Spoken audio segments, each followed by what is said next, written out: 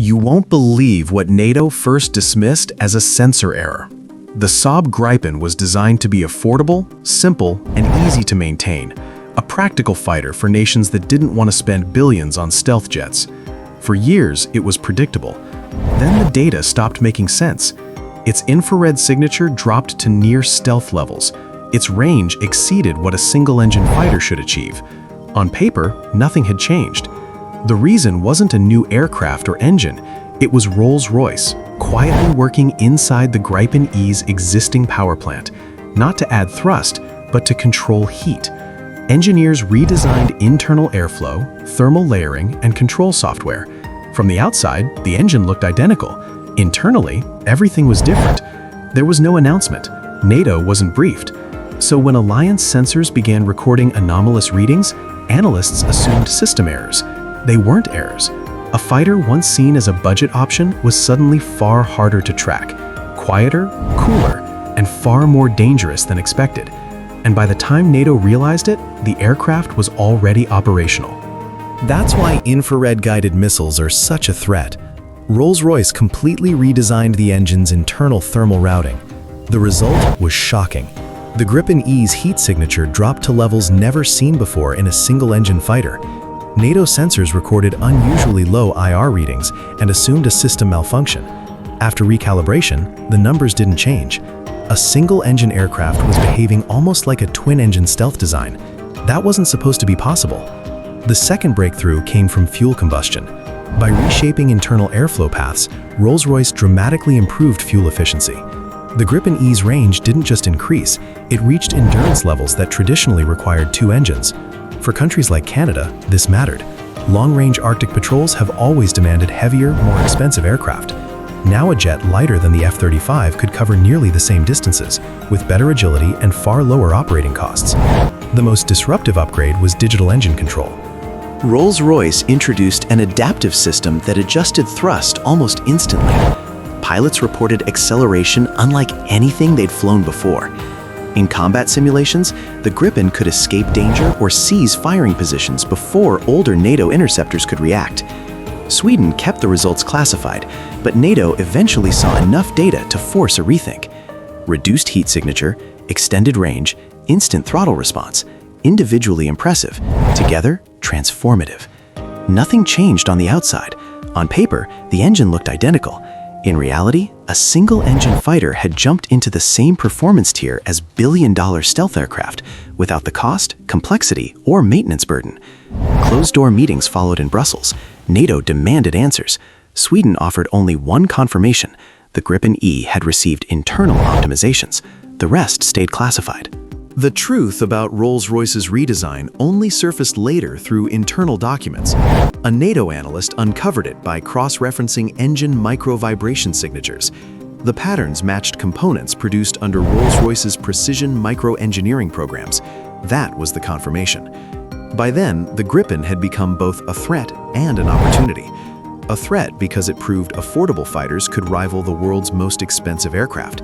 An opportunity because it showed nations with limited budgets could access capabilities once reserved for superpowers. NATO's real concern wasn't performance, it was precedent. If Sweden and Rolls-Royce could collaborate this deeply without oversight, others could do the same, bypassing NATO's traditional control of fighter development. As investigations deepened, more hidden upgrades emerged. One was airflow pressure modulation. An internal system stabilized thrust at extreme altitudes, allowing the aircraft to climb higher, remain there longer, and burn less fuel. No external changes. Pilots simply reported unprecedented balance and high-altitude performance. Another was acoustic signature control. Rolls-Royce altered internal components to break up stable engine frequency bands. This didn't silence the jet. It confused acoustic tracking drones, reducing their ability to classify the Gripen as a priority target. The most advanced system was adaptive thermal management. Sensors monitored heat in real time and rerouted micro-cooling paths milliseconds before hotspots formed. Unlike older aircraft that rely on pilot input, the Gripen managed its infrared signature automatically. The result was unpredictable IR visibility, appearing, fading, then reappearing, making missile locks far harder to maintain. Nothing changed on the outside. Official specifications stayed the same, but NATO realized the reality had shifted, quietly, permanently. If you followed this far, subscribe.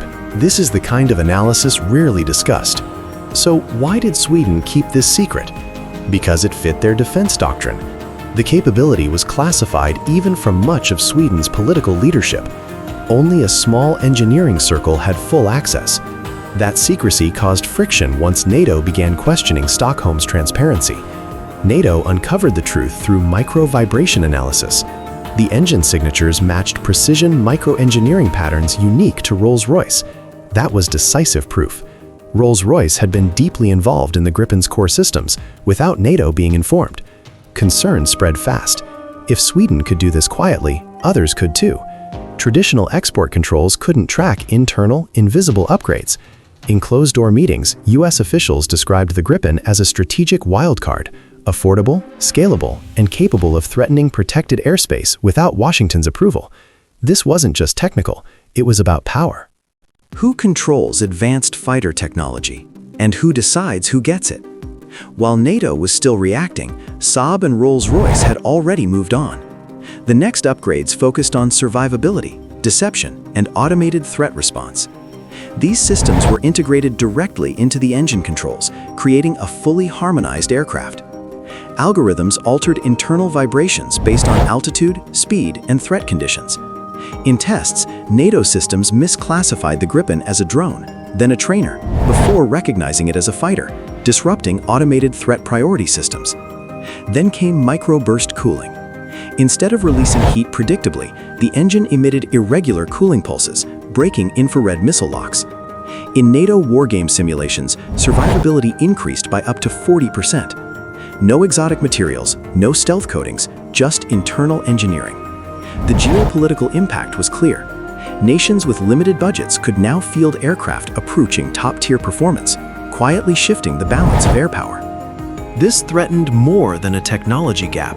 It threatened Western geopolitical leverage built on selling extremely expensive aircraft.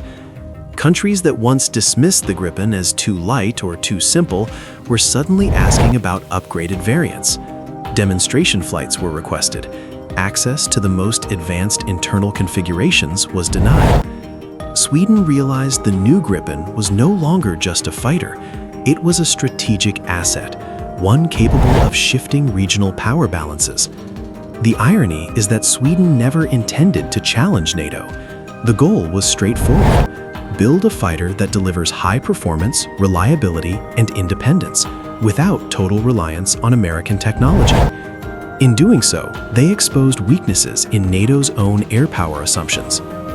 Western strategists were forced to confront a new reality. Agility, adaptability, and quiet internal upgrades could matter more than sheer size and price. The era of dominance by massively expensive stealth fighters may be nearing its limits, and the trigger wasn't a global arms race. It was Rolls-Royce quietly redesigning the heart of a single-engine jet.